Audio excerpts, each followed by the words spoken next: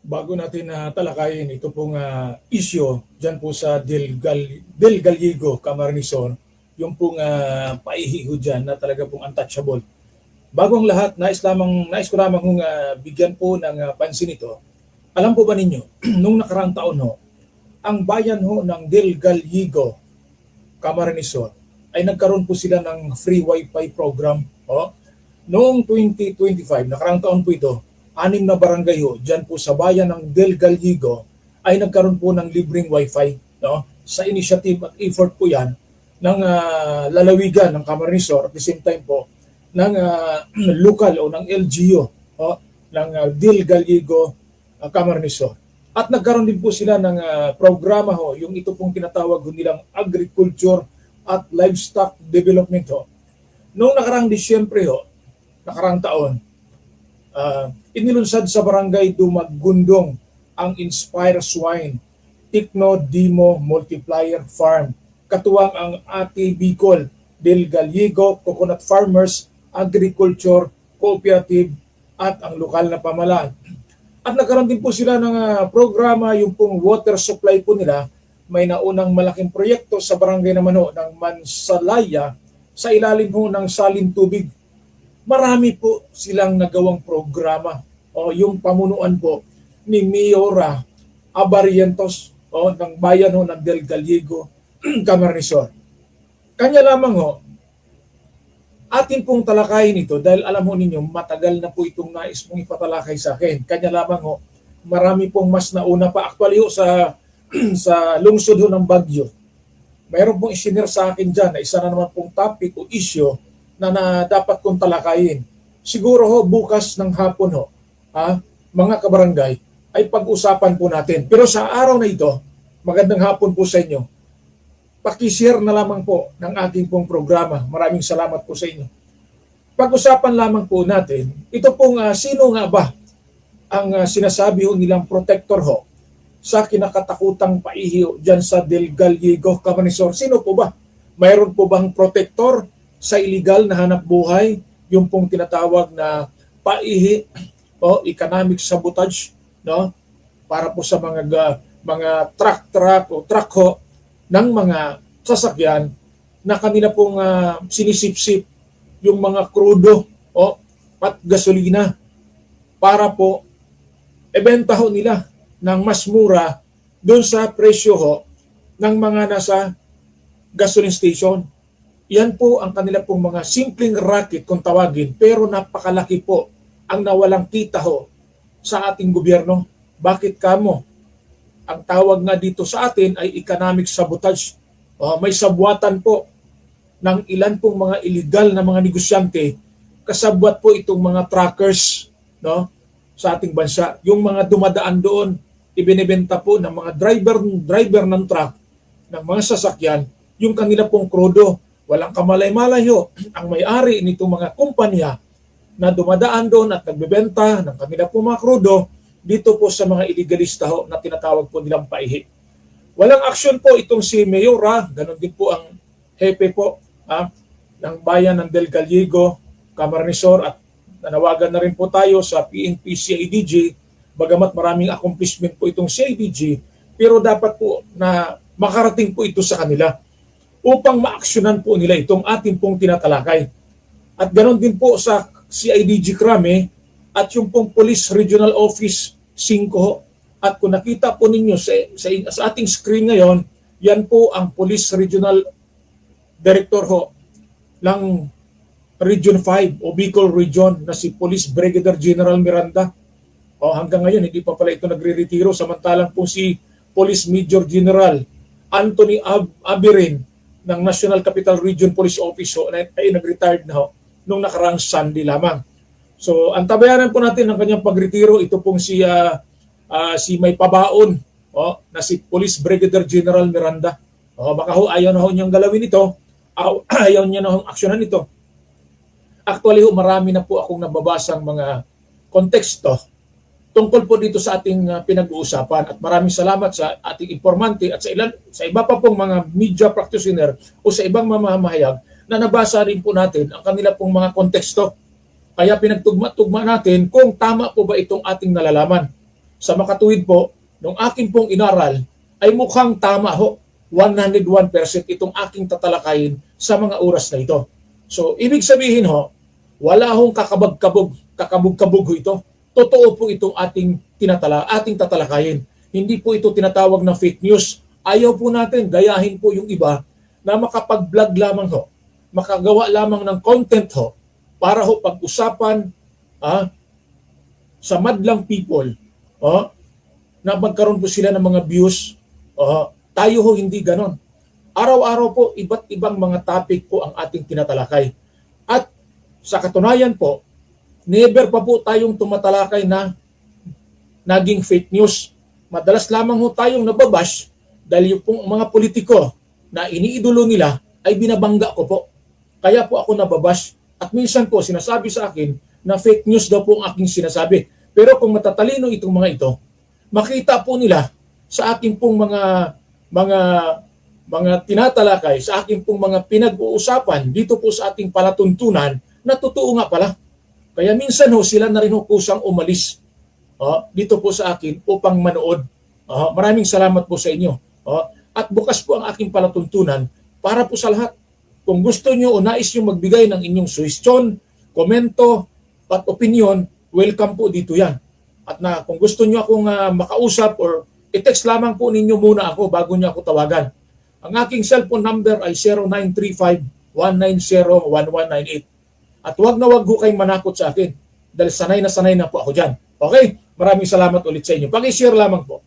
Sa isang barangay, dahil sa amoy krudo at gasolina na talamak na paihi sa barangay nagkalit, Del Gallego, Camarnesor. Nagalit ho ang mga kabarangay natin dyan sa barangay nagkalit, Del Gallego, Camsor. Sa madalit sabi, shortcut na natin Camsor. Dahil po sa amoy o sa baho po nitong krudo at gasolina.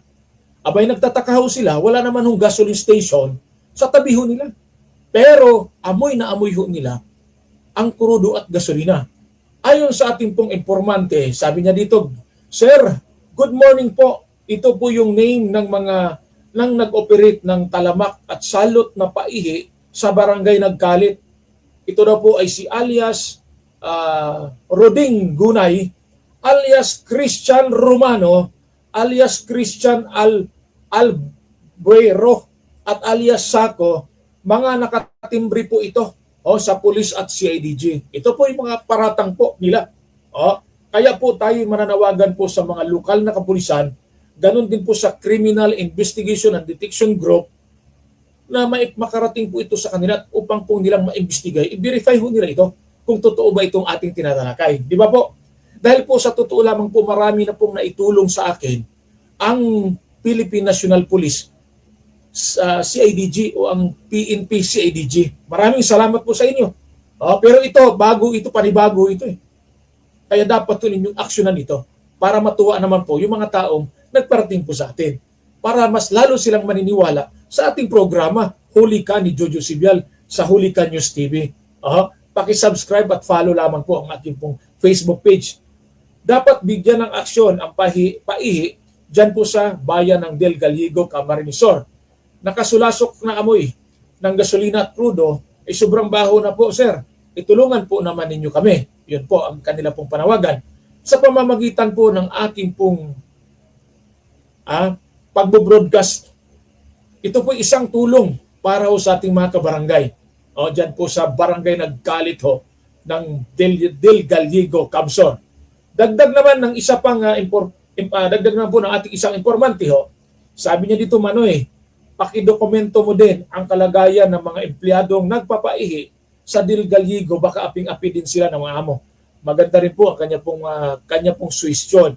Baka naman po nagbibenta itong mga truck driver ng crudo dito po sa paihi, dahil baka naman po hindi po sila nababayaran ng tama. Baka may kulang, wala ko silang libreng pagkain. Maobliga sila ngayon magnakaw, mangloko, di ba? Hindi sapat ang kanilang sweldo. Kaya siguro inisip nila, ibenta ko na lang itong crudo para kumita ako. Di ba ho? Yan po ang kanilang pong mga panawagan. At dito naman ho, di naman siguro sa nagpapaihi ang driver kung tama ang trato at pasweldo sa kanila. ng mapang-aping kumpanya. Dapat aksyonan ito ni Kagawad Wawel dahil sakop ito ng kanyang barangay. Sino po ba ito si Kagawad Wawel ho? Diyan po sa barangay Nagkalit ho. Siguro alam ito ng ating mga kabarangay. Ilan lang po yan sa reklamo ng ating mga kabarangay diyan sa bayan ho ng Del Gallego, Camarnesor at si Mayor Melanie Abarientos ho, at ang hepe ng pulis na si Police Captain Jason Canuto ay wala pong aksyon. Ano pong nangyari lalo na po sa ating pulis, yung hepe ng kapulisan, hepe po ng pulis. Ano pong nangyari, Police Captain Jason Canuto? Mukhang sir natatabunan po yata tayo. Baka lagi kang nagbabasa ng dyaryo. Nakakalimutan mo na may mga reklamo pala sa iyong paligid. Totoo po ba ang ipinagmamalaking protector ng Talamak ho na paihi sa barangay Nagkalit at pinagdapian? Dalawa pala ito, dalawang barangay. Barangay Nagkalit at barangay Pinagdapian ay ilang tiwaling tauhan ng Special Task Force, Special Operation Unit, STF, SOU ng Campo Crame. Wow! Totoo kaya ito? Yung sumbong ho sa atin? Abay kung totoo ito, hindi maganda. Dahil involved po ang Campo Crame ho rito. Di bali ho, kapag nagkaroon po tayo ng pagkakataon, ay baka ho natin makausap po. Ang tanong, bakit nila ayaw umaksyon ni CIDG Director Police Major General Robert Morrico Disikan? Alam mo yung trabaho po ito ng CIDG. Ito po isa sa mga kasi. Nung makausap ko po si Attorney Homobono Adasa ho, nung mayroon po akong inilapit ko sa kanya na ilang mga concern po. Ang sabi ko sa kanya, kanino ba ako dapat lumapit po ng departamento ho, ng PNP sa CIDG daw pag mga ganitong mga problema. So maraming salamat Attorney Homobono Adasa, ang aking kaibigan. Thank you so much sa inyo. At syempre po, nandyan lamang ho sa atin, nakikinig ngayon si Police Brigadier General Miranda. Siya po ang Regional Director, Police Regional Director ng Region 5, Bicol Region. Sir, aksyonan niyo naman. Magpakitang gilas kayo bago malamang ho kayo mag-retiro. Bakit ayaw kastiguhin ho ni Police PNP Chief General Jose Melencio Nartatis Jr. ang kanyang mga PRO 5 Regional Police Brigadier General Irosito Miranda. Yan pala po ang kompletong pangalan. Dito pong si Police Brigadier General Irosito Miranda at Camarnesor Police Provincial Director Colonel Tyron Dorimas. Magandang hapon po sa inyo ha. Tyron Dorimas, Colonel Sir. Sabi nga ng ating mga taga-subaybay at tagahanga, pag ayaw may dahilan, pero pag gusto naman ho, may paraan. Ayaw lang po talagang gumalaw ni Police Provincial Director ho, Irosito Miranda, at ganoon din po si Tyron Darimas. Magandang hapon po, Sir Paul John Reyes sa probinsya ng Pangasinan. Salamat po sa inyong pagbisita. Ito nga, tinamaan ng lintik itong mga ito. Ayaw po talagang umaksyon. Pero di bali ho. Okay lang ho. Dahil nakakahiya naman na isa kang general, isa kang colonel, sabit ka sa mga illegal. Sabihin na natin na hindi totoo. Bakit hindi mo maaksyonan? Ito pong aking tinatalakay. Kasi kapag napanood ninyo ako o napakinggan ninyo ako, aaksyonan nyo na ito. Kaya pakishare lamang po, lalo na sa ating mga kababaeng Bicolano. Salamat po na marami sa Indo. Diyos maray na hapon po tabi sa Indo Gabos, mga kabarangay ko. Ito ang pinakamabigat dito. Sabi po sa akin, may nag-text dito, Sir, yan po ang pinapalamon po sa kanilang pamilya. Grabe ka naman. Huwag naman ganon. Kailan pa kaya aaksyon kung tipok na, sunog na ang mga residente ng dalawang barangay? Yun lang. Hanggat maaga, aksyonan nyo ang Talamak na paihi ng illegal. Illegal na paihi ng petrolyo. Crudo, liquefied petroleum gas at protektado ng Special Task Force at Special SOU ito, STF SOU sa ADG Crame. Sabi po dito ng aking kaibigan, Sir Dennis Das, easy lang Sergio, salamat po Sir Dennis Das Alam po ninyo, meron nga po akong isang kaibigan dating kagawad, barangay kagawad dyan po sa Bicol. Naikwento din niya po sa akin na mayroon pong mga Coast Guard, Maritime Police, na nagpapaano din, nagbibenta rin ng kanilang mga krudo dahil sobra-sobra po yung budget ng gobyerno. Sabi po kadalasan sa akin, kapag ho sila na-interview ko, lagi po nilang sinasabi, sir, kulang po ang budget namin. Pero ang katotohanan pala po, dahil po ako ay sa talaga po nga kabisado ko na ho yan eh. Ang iba nga ho hindi naman ho pulis, pero nagpapagas sa loob ng Campo Crame. Nabibigyan po sila ng mga, ano ba tawag nito yung sa gasolina? Gasly. Oho. Mayroon pong sariling gasoline station sa loob ng Campo Crame.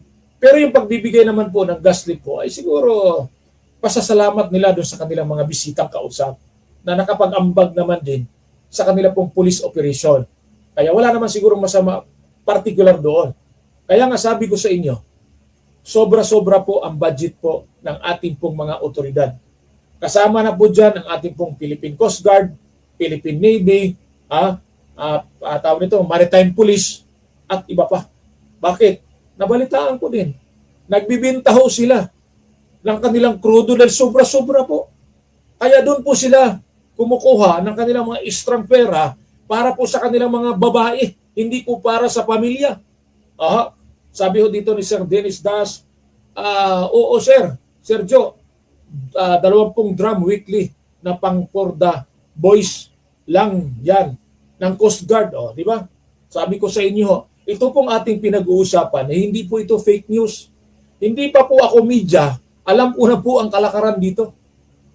Sobra po ang budget nila. Katulad po ng Bureau of Fire and Protection. Araw-araw ba may sunog? Ang kanilang pong lugar? Wala ho. Pero magkano po ang binibigay po sa kanila buwan-buwan, monthly ho? Na gas leak. Napakarami po. Anong gagawin nila doon? Anong gagawin nila? Dalawa lamang ho yan. Either ibebenta nila or ipamimigay nila sa kanilang mga kabit, kapamilya ng mga kabit nila sa buhay. Hindi man ho tayo, hindi naman natin tinatarget kung sino doon. Doon lamang ito sa mga gumagawa ng mali. Pero tandaan po ninyo yan, kung marinig lamang ako ng kanilang mga tunay, number 1 na mga pamilya at asawa ho, sasabihin sa akin, tama ka sir. Kami ho sir, di mabibigyan ng gasolina o krudo, pero yung mga kabit ho nila, pamilya ng kabit ho nila, mabibigyan. Tama ba ako o may tama lang ako sa utak? Maraming salamat po sa inyo. Sabi po dito ni Dennis Das, ni Sir Dennis, may resibo ako dyan, Sir Joe. Yun ang maganda. Di ba? Hindi ko na kailangan kumuha ng ebidensya. Mismo pong viewers ko, ay siya po ang nagsasabi na mayroon po siyang resibo tungkol po sa aking tinatalakay na topic. Kaya ikaw, Police Brigadier General, Erosito Miranda, ang sarap ng buhay mo, sir. Pangiti-ngiti ka lamang ho dyan po sa kampo ng Legazpi City. Yan po ang Police Regional Office ng Region 5. Pasikoy-sikoy ka lamang dyan sa iyong opisina. Dahil may parating ka sa paihi, may parating ka sa weteng, may parating ka sa droga at marami pang iba, sir. Kaya pag retiro mo, sir, kung ikay dati ng mayaman, ay lalo ka pang yumayaman. Lalo na ikaw dyan sa Police Provincial Director, si Colonel, Sandali lamang, titignan natin, baka makalimutan ko. Mas maganda, Tyron, Dorimas, Himas Rihas ka, lintik kayo, pasarap ng buhay. Kaya nga mayroon po silang extra Kung sa basketball, may tinatawag silang extra rights na player, sa police naman po, ay extra kita. Ganun po kasimple, kaya wag ho ninyo akong paglulukuhin. Ikwento na lamang po sa pagong, baka sakaling maniwala pa ako. Sabi nga nila, ito po'y kasabihan lamang, pasensya na po sa Marines, tell it to the Marines. Pero ang Marines po magagaling yan. Saludo pa ako sa Marines. Batay sa impormasyon natanggap, ang sinabing hawak ng sindikatong si Biulago Groups, kabisado ko itong Biulago, mabigat ito. Pag sinabi hong Biulago, ito po yung numero 1 hong hari ho ng illegal na paihi dito sa Pilipinas. Totoo po yan. At gusto niyo, ituro ko pa yung bahay. Ito po yung may hawak po sa lahat ng paihi. Yung binabanggit po ng ating viewers, part ng paihi ho yun na ating tinatalakay. Ibig sabihin ho, nagbenta ho sila ng krudo, drum. Isipin ho ninyo Coast Guard, 20 drum. Weekly ho yan. At sino ang bumibili niyan? Bumibili niyan yung mga buyer sa mga lugar kung saan yung mga lugar sa Bicol, Legazpi, diyan po sa Sorsogon, Masbate, Catanduanes, Camsor, Camnorte at iba pa.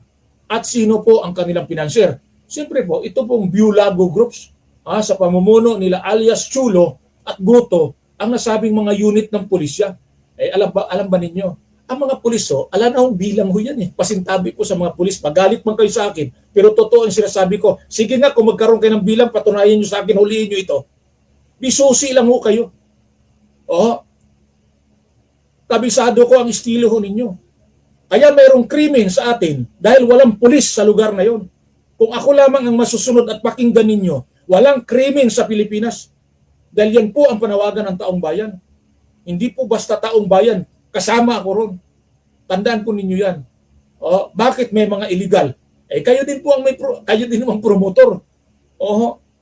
Nakita ho ninyo, bawal magkasino magsugal ang mga public servant. Sino yung mga malakas sumugal? Empleyado ng DPWH, politiko, pamilya.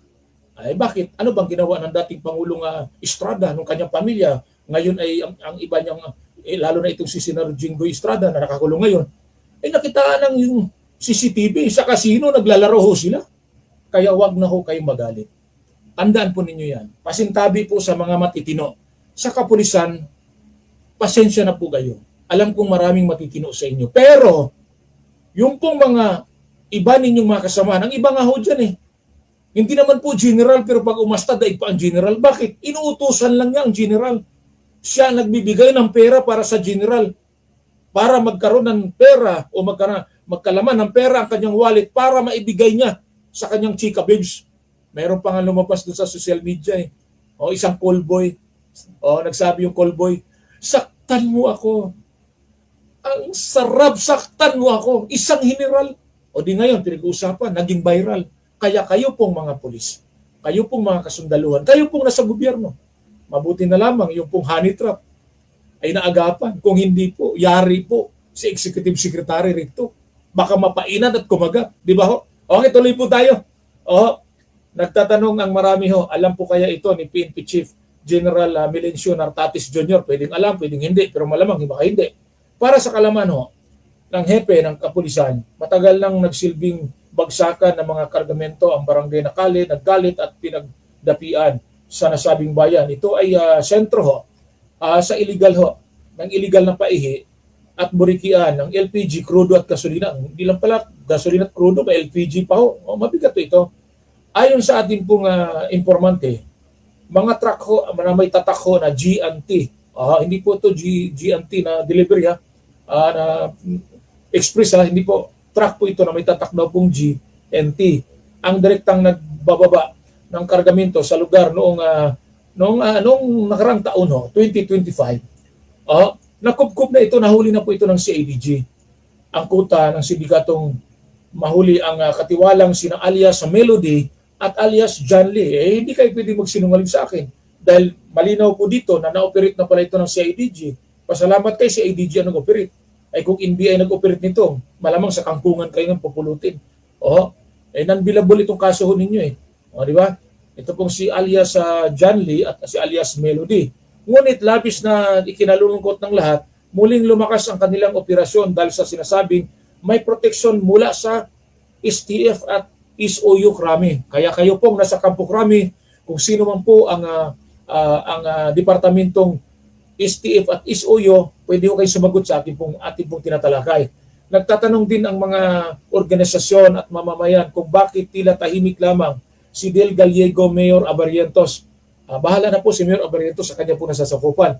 Ang importante, kung ma-aksyonan niya, salamat. Pag hindi naman, party siya doon sa illegal. Kasi pag hindi mo inaksyonan ang isang bagay na illegal, alam po ninyo sa Tansa, bayan ng Tansa, Cavite, sumubok kayo na mag-illegal doon. Si Mayor mismo ang manghuhuli sa inyo.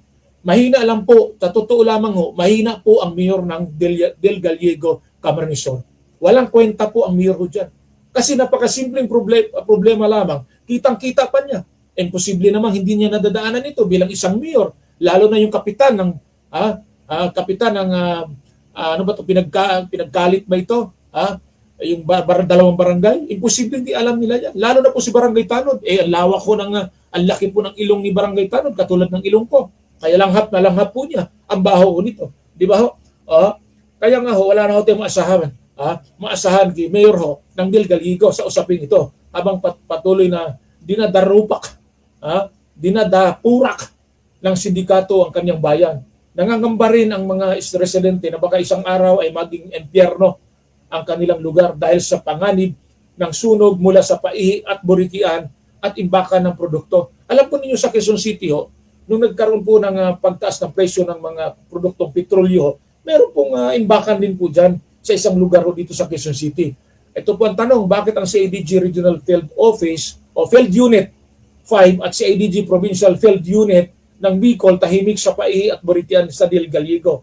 Bakit pa naman sila makikialam? Kung sila naman po ay nakatanggap. Di ba? Makikialam ka pa ba kung ikaw naman po mismo ay nakatanggap? Di ba? Hindi na. Kahit man siguro ako, hindi na ako makikialam. Alam mo ba ninyo, ito pong Bulago Group ho, ay malaking sindikato ito. Malawak ang sakop nito. Sindikato, dyan po ang sakop po nito ay sa lalawigan ng Cavite, lalawigan ng Rizal, lalawigan ng Batangas, lalawigan ng Quezon, lalawigan ng Bulacan, at lalawigan ng Bataan. Napakalaki ho nito. Kaya dito, ewan ko lang kung ano po ang maging ano po masabi nito ni Governor ng Camarnesor, Elry Villafuerte, at yung pong kanila pong Police Provincial Director na si Police Colonel Tyson Tyron ba? Dorimas. Sa kanila na po, bahala na po sila doon. Di ba? Sila na po ang bahala doon. Ito po, tatalakayin lang po natin. Meron lamang po akong ilan po na maybe kwento sa inyo. Na dyan po, may mga, sabi nga, may mga pahayag po ang mga politiko. Lalo na po itong mga DDS politician. Na may mga pangako po sila sa taong bayan. Baka nakalimutan po ng taong bayan. I-discuss ko lamang ito upang kung maalala nila yung pong mga pangako nitong mga taong ito, hindi lamang ho si Rodante Marcoleta o si Senador Marcoleta. Unang request ho dyan si BP Sara nung siya po ay nilagay ho bilang DepEd Secretary. Mayroon po siyang hiningi sa Marcos Administration na para po maisaayos niya ang Department of Education. Ayon dito sa ilang pahayag ho ng mga panukala mula sa mga kilalang personalidad sa politika, ang muling naging paksa ng diskusyon natin ngayong hapon na ito sa publiko, particular sa usapin po ng edukasyon, presyo ng kuryente, ayuda at renewable energy.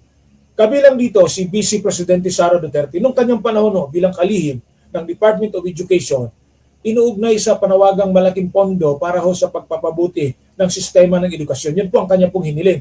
Ayon sa mga naging pahayag, tinatayang 1 bilyon ang kinakailangan pondo para matugunan ang mga kakulangan sa Department of Education. Kung ikabubuti naman para sa Department of Education, maganda po sana. Kanya lamang lumilitaw ngayon sa investigasyon, dyan po sa impeachment trial sa Senado na mayroon pong mga irregularidad na mga transaction, ito pong Office of the Vice President. Kaya mabuti na lamang hindi ipinagkaloob ng Marcos Administration sa kanya. Dito naman po tayo kay Senador Rodante Marcoleta. Mayroon po siyang sinasabi dito hinggil sa singil ng kuryente. Panukalang sagutin ng pamahalaan ang konsumo na hanggang 2,000. Sinabi niya, pinangako niya during sa kanya pong campaign at nung siya nakaupo. Di ba? Na para sa ilang kwalipikadong consumer.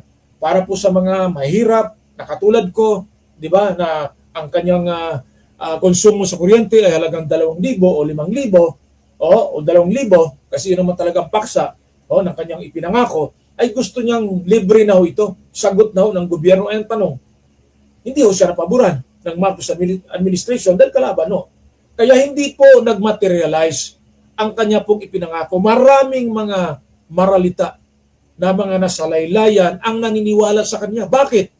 Ay endorso ka ba naman ng pinakamalaking isa sa pinakamakapangyarihang relihiyon sa bansa? At kakampi mo ang pinakamakapangyarihang political family sa bansa. Siyempre, maraming maniwala sa kanya. Ang tanong, bakit hindi sila nagagalit kay Senador Rodante Marcoleta? Dahil nga, ang isipin nila ay hindi talaga siya pagbigyan kasi kalaban nga ng Marcos. Ganun no, ida-divert ho nila ang kwento na maging mapasama pa ang Marcos administration. Mahilig ko sila magkwento, mahilig mangako, after na mangako na dapat silang sisihin, pero ang sinisisi po ng kanilang mga supporters ay ang Marcos administration. Dito naman ho tayo sa isa pa pong mahilig din ho mangako at mahilig din ho mambula. Ito, tingnan nyo sa screen.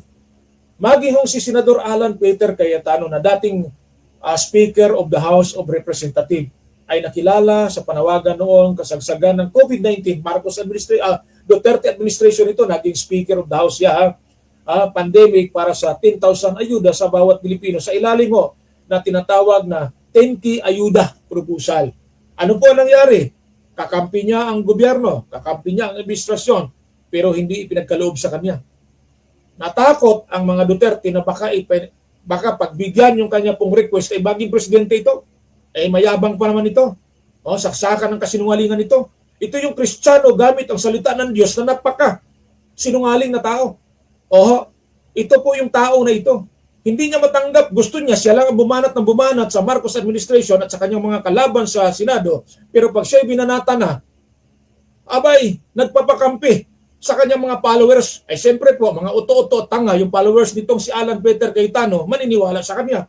Puntahan ho ninyo ang Taguig para malaman ninyo kung ano po ang ginagawa nito. At ang tanong ko ngayon, ano po ba ang nangyari doon po sa kanya pong 10,000 ayuda? Hanggang ngayon, naging senador siya, naging Senate President siya, naging House Speaker siya nung nagdaang administrasyon. Pero nga ang inabot ng bayan Pilipinas. Di ba? Ito pa, isa-isay natin ito kasi alam mo ninyo, magagaling po ang ating pong mga kababayan.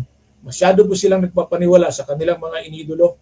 Pero ang gusto ko yung pong tinatawag dito na pag tama-tama, pag mali-mali, wag ho tayong maniwala sa mga gawa-gawa ho nilang mga istorya. Ito yung pinakamaganda ho na dapat natin pag-usapan. Dahil alam po ninyo, nalungkot po ako dahil nga po sa kayabangan din ito.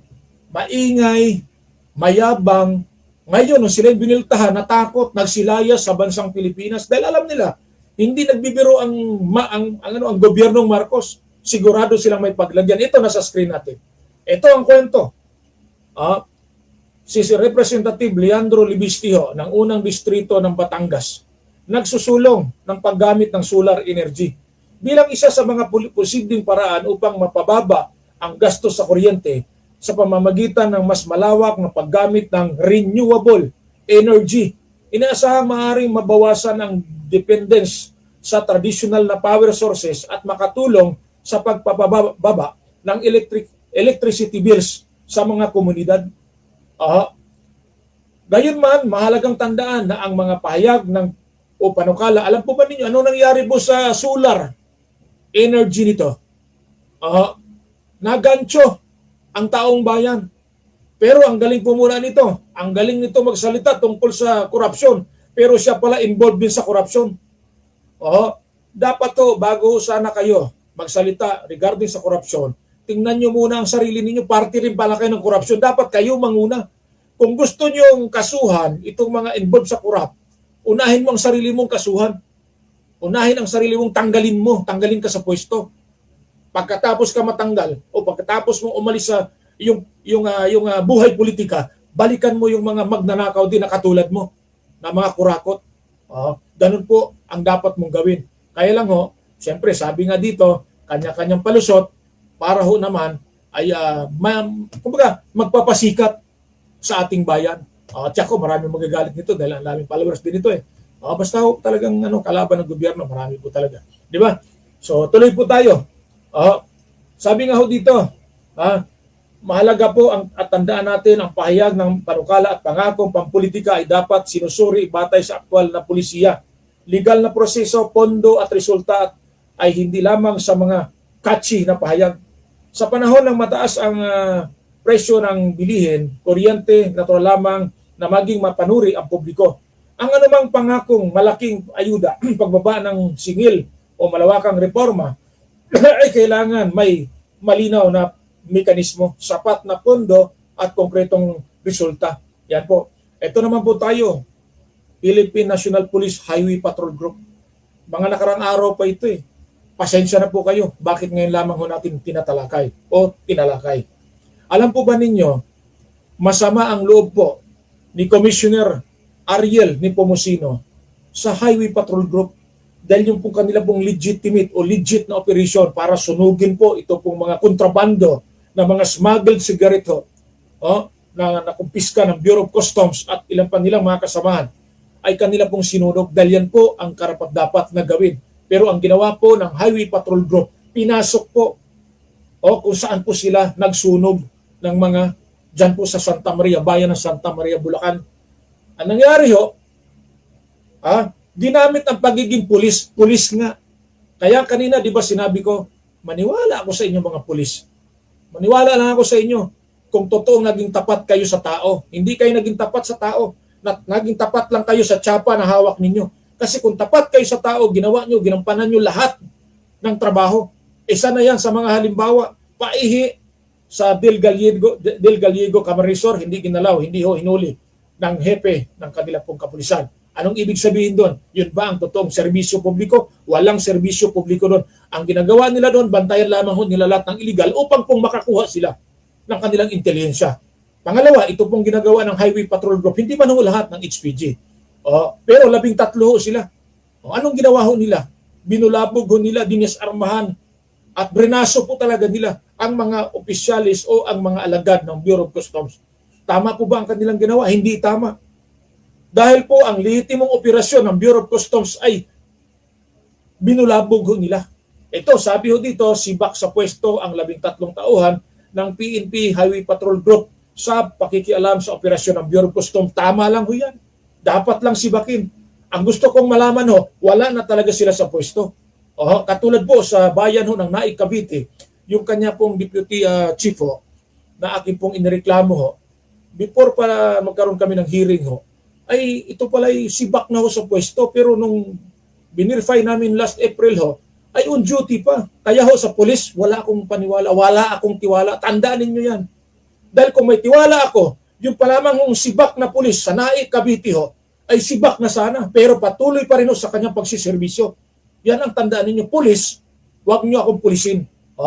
Hindi biro ang nangyari sa Marilao, Bulacan matapos umanong masangkot ang 13 tauhan ng Philippine National Police Highway Patrol Group sa pakikialam sa trabaho ng Bureau of Customs kaugnay ng isang warehouse na pinaniwalaang pinag-iimbakan at sinunugan ng mga nakumpiskang smuggled na sigarilyo. Kung mapapatunayang walang sapat na otoridad ang mga pulis para makialam sa operasyon ng BOC o ng Bureau of Customs, nararapat lamang na magkaroon ng pananagutan. Ang bawat ahensya ng pamahalaan ay may kanya-kanyang mandato o restriksyon at hindi dapat basta-basta pinakialaman ang trabaho ng ibang tanggapan. Kaya dapat aksyonan ito ni National Police Commission, Attorney Ralph Calinisan, sibak talagang matutuluyan ito mga ito. Nakakahiya ito kung si PNP Chief lamang, General Jose Melencio Nartatis Jr., baka mahirapan pong sibakin ito. Kitang-kita ko sa itsura ni PNP Chief. Maawa siya sa mga tao niya. Baka ang dati nito, yung mga tauhan, kasamahan pa niya. Lalong dapat maging mahigpit ang pamahalaan kapag ang usapin ay may kinalaman sa smuggling at kontrabando. Malaki ang epekto nito sa kita sa kita ng gobyerno at sa patas na kompetisyon ng mga kalitimong negosyante. Yung pong mga litimong nagnegosyo ng sigarilyo, nagbabayad ng tamang buwis. Ang laki po ng kanilang ginagasto. Tapos ito pong mga smuggled cigarettes wala itong binabayarang buwis sa Bureau of Customs. Wala rin po itong binayaran na buwis sa BIR. At kung ano pa yung iba na dapat nilang bayaran. Kaya kayo po na mga pulis, na mga tiwaling pulis, mga bugok na pulis, mahiya naman kayo. Ginagawa ng tama ng ating Pangulo ang lahat na para mapaayos ang ating gobyerno, pero kayo mismo ang nagpapahamak sa ating Pangulo. Kung ako lang ang Pangulo, pagtatadyakan ko pa kayo lahat Kaya lang hindi ako ang Pangulo. Ako po isa lamang na Jojo Sibyal. Huwag ko kayo magalit sa akin. Kayo po ang may gawa ng iyong mga kasalanan. Walang personalan tayo dito, trabaho lang. Kung kami binabantayan namin ang aming mga galaw upang hindi namin maperwisyo po ang ating mga kabarangay, ang ating mga kababayan. Pero kayo naman po, pagpasok ninyo, biniripay ninyo, dito kami itinuro sa area na ito kung saan po kayo nag-operate upang sunugin ang sigarilyo. pwede po bang mag-usap muna tayo? Kasi meron pong information sa amin na dito dapat kami. Pero ang tanong ko, trabaho ba ng Highway Patrol Group ang maghuli ng smuggled cigarettes? Hindi ho. Ang trabaho ng Highway Patrol Group ay yung pong mga sasakyan. Yung pong trabaho nila bilang isang unit ng PNP.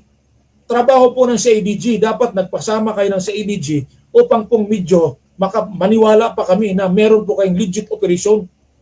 Kaya yan po ang isa po sa pinakamalaki pong kinakaharap na pagsubok po ni NCRPO Regional Director Police Brigadier General Abrahano at ganun din po yung Highway Patrol Group Director. Nakalimutan ko ang pangalan nito. Pasensya na po kayo. Kaya ang pagkakasibak sa pagtanggal sa pwesto ng mga tauang sangkot, ito man ay resultang opisyal na investigasyon ay dapat magsilbing babala. Walang sinuman ang dapat gumamit ng uniforme o posisyon upang makialam sa operasyon ng ibang ahensya nang walang malinaw na legal na batayan. Sa ganitong mga ebidensya, hindi sapat ang suspension o reassignment lamang. Tama yun.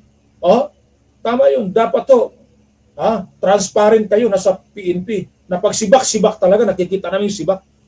Dapat malaman ng publiko kung ano ang tunay na nangyari. Sino ang nag-utos, ano ang kanilang pakay at may nilabagbang batas o regulasyon. Sa laban kontra smuggling ay hindi dapat nauwi sa banggaan ng mga ahensya. Dapat itong maging isang sama-samang operasyon ng pamahalaan, may koordinasyon, malinaw na mandato at higit sa lahat, may pananagutan. Kung may kasalanan, managot. Kung walang kasalanan, linisin ang pangalan. Yan po ang tandaan ninyo. Sabi nga ninyo, kailangan ng due process, due process. Ipabayan natin yan sa National Police Commission, sa Internal Affairs Service, sa Ombudsman, o kanino pa na pwede mag-imbestiga dito po sa 13 bubok na pulis. Pulis ng Highway Patrol Group. Pasensya na po sa mga matitinong pulis ng Highway Patrol Group. Nadamay pa kayo sa aking mga sinasabi. Hindi naman kayo kasali rito. Maraming salamat po sa inyo at isang mapayapat magandang hapon po sa ating lahat. Diyos mabalos at mabuhay ang masang Pilipino. Daghang salamat sa inyong tanan. God is good all the time. To God be the highest glory. God bless. Adios amigos. Bye-bye. Thank you, thank you, thank you.